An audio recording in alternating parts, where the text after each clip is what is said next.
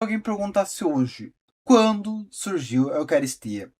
Muitos poderiam pensar que foi algo desenvolvido ao longo da história, mas a verdade é outra. A Eucaristia nasce diretamente das mãos do nosso próprio Senhor Jesus Cristo. E desde o primeiro século, os cristãos acreditavam que ali está, de forma real, o corpo e sangue do nosso Senhor Jesus Cristo. Não como símbolo, não como uma lembrança, mas como realidade.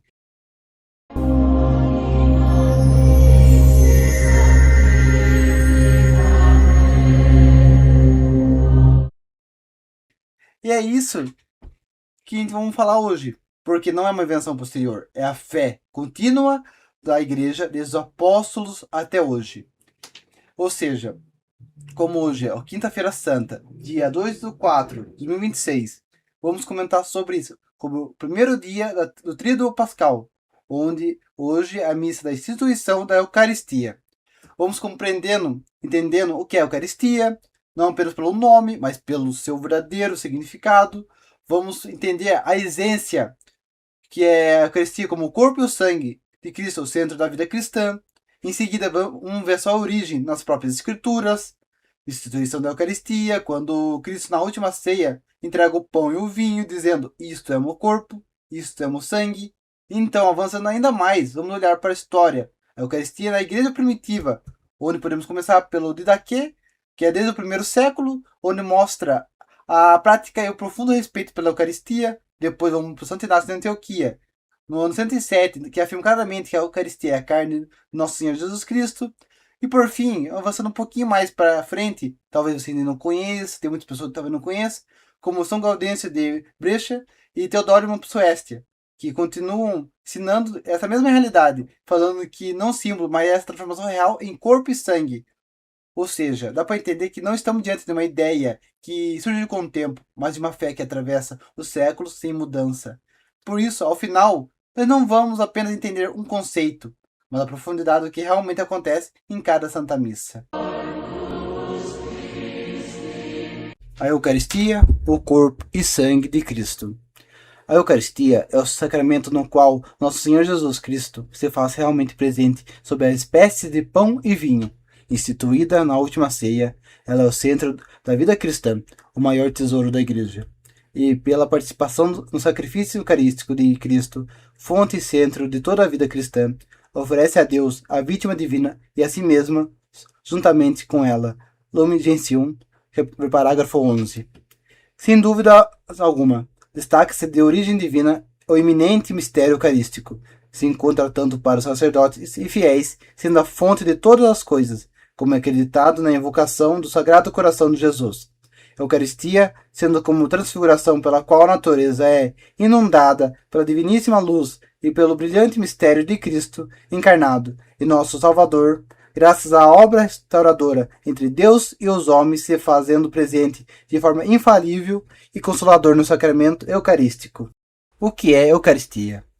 A palavra Eucaristia vem do grego Eucaristia, que significa ação de graças ou agradecimento. Esse termo vem da expressão grega Eukaristeo, que significa dar graças. A palavra usada nesses trechos, no grego no Novo Testamento, é Eucaristessas, que significa dado graças.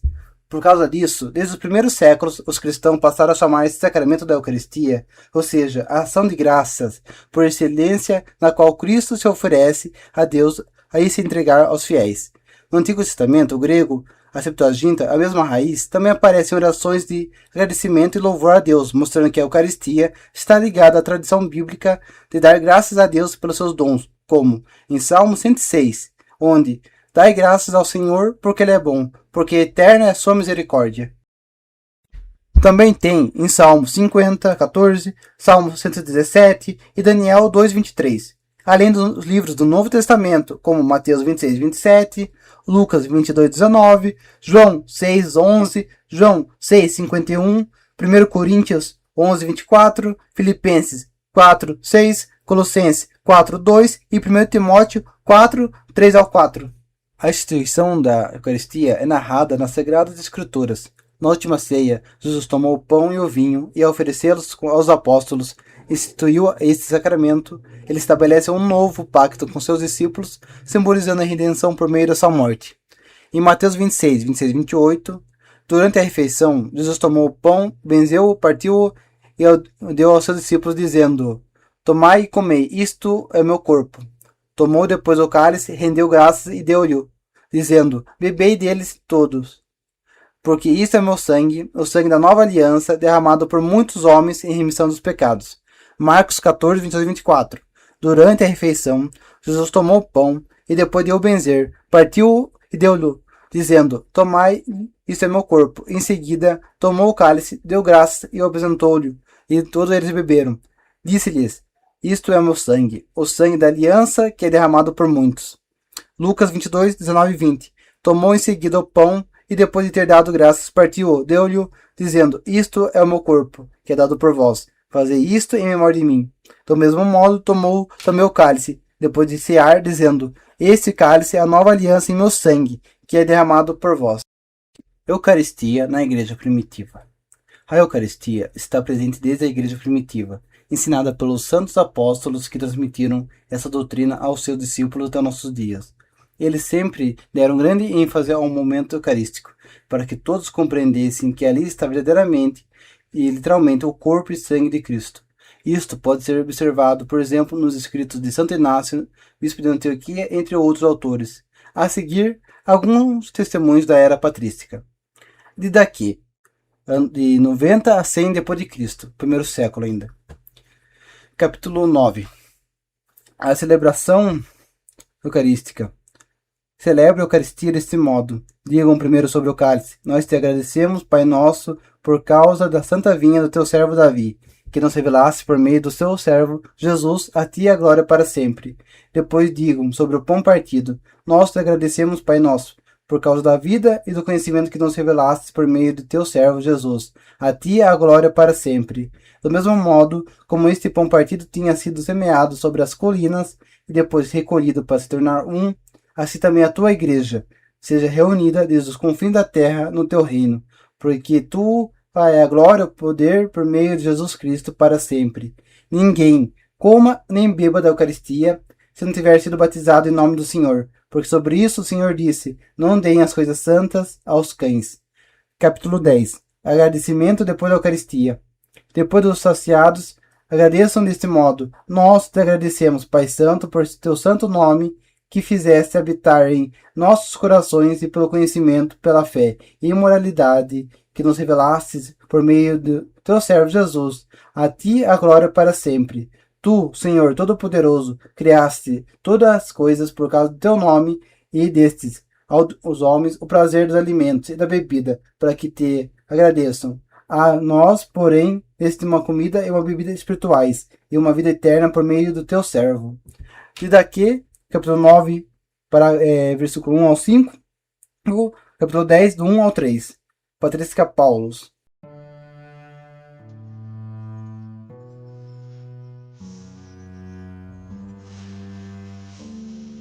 Santo Inácio de Antioquia. No ano 107 d.C., no segundo século, enquanto estava sendo levado para seu martírio em Roma, escreveu algumas cartas destinadas às comunidades, ou seja, a algumas igrejas, tipo Roma, Igreja de Filadélfia, Igreja dos Esmina, por aí vai. Bom, eu vou ler duas cartas de Santo Inácio de Antioquia. O primeiro, essa é a carta aos Filadelfenses, que é o capítulo 4, que fala o seguinte: Preocupai-vos em participar de uma só Eucaristia. De fato, há uma só carne de Nosso Senhor Jesus Cristo e um só cálice na unidade do seu sangue. Um único altar, assim como um só bispo com o presbitério e os diáconos, meus companheiros de serviço. Desse modo, o que fizerdes, fazei-o segundo Deus. Na carta aos Esminiotas, no capítulo 7, versículo 1, ele fala o seguinte, no parágrafo 1: Eles se afastam da Eucaristia e da oração, porque não professam que a Eucaristia é a carne de nosso Senhor Jesus Cristo, que sofreu por nossos pecados e que, na sua bondade, o Pai ressuscitou. Desse modo, aqueles que recusam o dom de Deus morrem nas suas disputas. Seria melhor para eles praticar o amor a fim de ressuscitarem também. Convém para vós manter-se distantes dessas pessoas e não falar com elas, seja em particular, seja em público, e seguir os profetas, especialmente o Evangelho, onde a paixão é mostrada e a ressurreição realizada. Fugir das divisões, como princípio que é de todos os males. No capítulo 8, parágrafo 1, fala o seguinte: segui todos ao bispo, como Jesus Cristo segue ao Pai, e ao presbitério como aos apóstolos. Respeitai os diáconos como a lei de Deus. Sem o bispo, ninguém faça nada do que diz respeito à igreja. Considerai legítima a Eucaristia realizada pelo bispo ou por alguém que foi encarregado por ele. Onde aparece o bispo, aí esteja a multidão.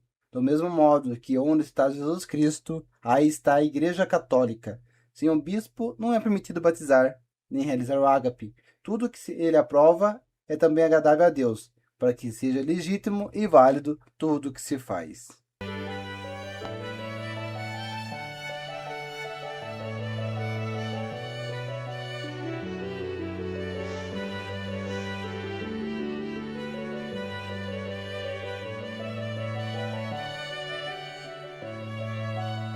São Gaudêncio de Brescia, século IV, faleceu em 410 d.C. e em seu sermão 2 sobre o Êxodo fala exatamente isso aqui. Certamente, também seu sangue se manifesta na forma de vinho, pois, quando ele diz no Evangelho, eu sou a videira verdadeira, João 15:1, satisfatoriamente declara que seu sangue está todo no vinho que se oferece na figura de sua paixão. Por isso, o Beatíssimo Patriarca Jacó profetiza a respeito de Cristo, dizendo: lava sua túnica no vinho, seu manto no sangue das uvas. Gênesis 49:11. Pois ele haveria de purificar a túnica do nosso corpo, sua veste em seu próprio sangue. E assim, o mesmo Criador e Senhor das naturezas, que produz da terra o pão, também do pão, porque pode e prometeu, faz seu próprio corpo, e aquele que fez da água vinho. João 2:1-11, também fez do vinho seu sangue. São Gaudêncio de Brescia, Sermão 2 sobre Êxodo, Patrologia Latina, volume 20, 855. Teodoro de Mopsuestia, 350-428 d.C., século V. Em seu comentário ao Evangelho de São Mateus, disse o seguinte: Jesus não disse, isto é o símbolo de meu corpo, e isto o símbolo de meu sangue, mas este é o meu corpo e meu sangue. Assim, ensina-nos a não prestar atenção à natureza daquilo que se põe sob os sentidos, pois, mediante as palavras pronunciadas sobre aquilo e pela ação de graças, a Eucaristia, aquilo mudou em carne e sangue.